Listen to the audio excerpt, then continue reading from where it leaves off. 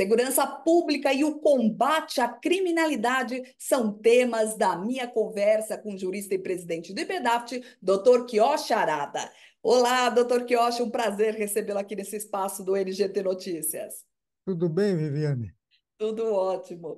Doutor Kiyoshi, vamos falar sobre violência, e a violência aí é a grande preocupação do brasileiro hoje, né? É o sentimento de É, insegurança que toma conta de todos nós. O morador de capitais aí como São Paulo e Rio de Janeiro vive em permanente vigilância por causa aí do medo de criminosos.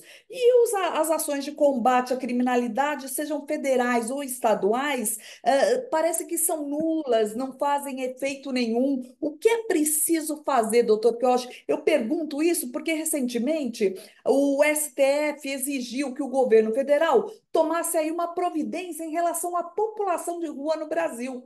E até levantamento com o número mais atualizado de moradores de rua saiu, né? E isso que está faltando, doutor Quioche, cobrar políticas públicas sérias de combate à criminalidade? sim, a violência lá no Rio de Janeiro começou no governo do Leonel Brizola, que para se eleger governador, ele fez acordo com narcotraficantes lá na favela. E daí para lá espalhou-se isso, né? Isso é um rio, é uma violência absurda. A população está vivendo na base de salve-se quem puder, porque o Estado aparentemente abriu mão da sua obrigação de propiciar segurança física e segurança jurídica à população. Era o caso de impeachment, porque não é possível. O pior foi o exemplo do Rio de Janeiro, espalhou para a cidade de Salvador, que é o segundo país mais violento em termos de criminalidade. Quer dizer, São Paulo, perto esses dois estados, fica bem longe, não é? Mas mesmo assim, a violência aqui entre nós também está se espalhando por conta dessa situação anormal do país em termos de institucionalização, entendeu? Então, quando o país eh, descamba para além das fronteiras do Estado verdadeiramente democrático de direito, como se cada um pudesse fazer o que bem entender, e é mais ou menos o que os três poderes estão fazendo, então a criminalidade encontra um terreno fértil para a sua ascensão. Não é? Agora, eu acho que culpar a Polícia Federal não faz sentido, porque a Polícia Federal é uma polícia científica da União, assim como a Polícia Civil é uma polícia científica dos estados. Quem tem que fazer a, o policiamento preventivo são os policiais militares. Não é?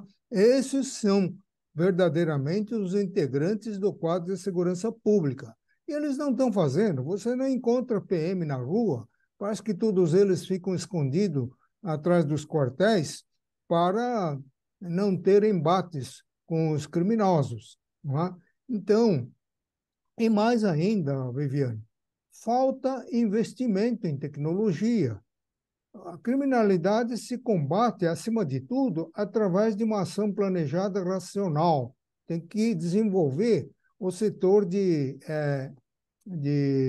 segurança, setor de inteligência, não é? É o que está faltando.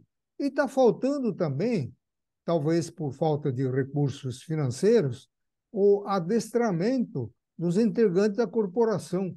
Você vê aí uma viatura perseguindo bandidos que estão atirando, mirando para trás, e acerta a viatura. Só que os policiais que estão atirando de frente não conseguem acertar nem o pneu, nem o traseiro do veículo. Só acerta de vez em quando um transeunte que está passando na rua. É. Doutor Quioche, agora com a saída do ministro Flávio Dino, da Justiça, volta o debate aí sobre a criação do Ministério de Segurança Pública. Seria essa uma saída? O que não pode é ser aí mais um ministério a ser loteado pelo governo para o Centrão por apoio político, não é mesmo, doutor Quioche? É uma desculpa para desmembrar o ministério, a fim de acomodar todos os apaniguados políticos. Já está cheio de candidatos ao Ministério da Justiça, então, para acomodar todos eles, a solução seria dividir, entendeu? Ministério da Segurança Pública. A segurança pública está na Constituição, cabe aos estados. Por que segurança pública da União? Não tem sentido. Essa chamada Força Nacional de Segurança Pública, só existe no nome, porque, de fato, seus componentes são os policiais militares de diversos estados. Doutor Crash, a gente vê aí a situação no Rio de Janeiro, guerra entre tráfico, milícia. A impressão é que, como o senhor falou ali, da perseguição entre os policiais e os bandidos, é que o crime organizado nunca esteve tão articulado como agora. No Amazonas, aí, por exemplo, a gente viu um caso de um irmão de um traficante que ocupava o cargo de segurança, inteligência. O cargo dele era gerente de inteligência da Secretaria de Segurança do Estado. A dama do tráfico, aí, recentemente a gente acompanhou essa história, né? A dama do tráfico do Amazonas foi recebida em audiência no Ministério da Justiça. A situação aí saiu completamente fora do controle, não é, doutor Quioche? É verdade. O controle das fronteiras do Brasil, que são várias fronteiras, né, Vivi, é, escapa da competência dos estados. Então, aí tem que haver uma atuação secundária das Forças Armadas para impedir o tráfico de drogas e de armas pesadas, né, que estão entrando as toneladas aqui no Brasil. Isso foge do controle dos governos estaduais. Doutor Quiochi, vamos falar sobre as ações aí do governo federal. A gente viu o uso da Força Nacional de Segurança no Rio de Janeiro, a aplicação da garantia da lei e da ordem em portos e aeroportos, muito dinheiro e pouco retorno. Por exemplo, aí no Rio de Janeiro, 45 dias, 10 milhões de reais, 10 mil abordagens policiais e nada, zero apreensão de armas ou drogas. Fora os agentes, né, sendo assaltados no Rio de Janeiro, É, tendo armas roubadas no Rio, é muito dinheiro e pouco resultado, né, doutor Quioche? porque é preciso combater as causas, né? Não é apenas o resultado. Isso é paliativo. Se você tiver um tanque cheio de água com um furo no fundo, não adianta ficar abrindo a torneira para encher o tanque toda hora, entendeu? Então, enquanto se você não remover a causa, e a causa está exatamente naquilo que eu falei, é o descontrole do tráfico de drogas e de armamentos pesados, né? Isso, como eu disse, caberia às Forças Armadas exercer uma vigilância maior nas fronteiras do Brasil. Doutor Caixa, eu queria comentar com o senhor sobre a lei orgânica das polícias militares, que aguarda agora a sanção do presidente Lula. De um lado, a intenção é que os PM se adequem aí ao regime democrático, mas os críticos resumem a lei a um decreto da época da ditadura, que transformou a PM em polícia política com o AI-5. Como interpretar essa nova lei, doutor Quiochi? É uma polícia política com uma fachada democrática aí, porque é patrocinada por um governo dito progressista? De um lado, Vivi, já é tradição no nosso país, quando a população reclama de alguma coisa, algo não está funcionando direito, é adotar uma providência legislativa, como se a lei por si só fosse auto-operativo, entendeu? Então, é isso, é uma resposta que o governo está dando a essa crítica que a população faz quanto à falta de segurança das pessoas. De outro lado, essa lei orgânica visa, de certa forma, uniformizar os procedimentos policiais em âmbito nacional. E também tem um terceiro aspecto, que é de valorizar os integrantes dessa Polícia Militar e Corpo de Bombeiros Militar, entendeu? Isso daí vai acabar descambando para a criação de maiores privilégios para os policiais, em termos de ascensão salarial. Mas tem algum perigo aí da polícia se transformar realmente numa polícia política aí, de perseguição, como era na época da ditadura, a criação de algum órgão como parecido com o DOPS ou não? Há uma tendência, né? É igual a reforma tributária, que é um projeto de poder. Talvez isso que você está falando, Vivi, seja uma parte do projeto de fortalecimento do poder central também na área da segurança pública, que, repito, cabe aos estados. Doutor Cacho, mudando de assunto aí, o Supremo realizou o que os jornalistas chamaram de um julgamento das aspas, né? De responsabilizar os meios de comunicação pelo que é dito pelos entrevistados. A essência, a ideia de liberdade de expressão, doutor Quioche, foi comprometida com essa decisão? Sem dúvida alguma, Vivi, porque uma coisa é o jornalista direcionar a resposta do entrevistado para que ele diga o que o jornalista quer. Mas isso daí, qualquer telespectador consegue descobrir a má-fé.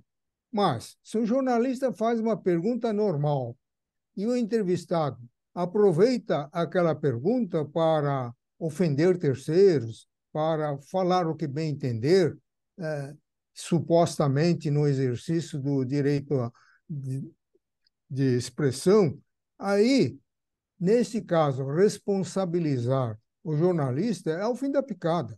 Isso compromete o exercício da profissão.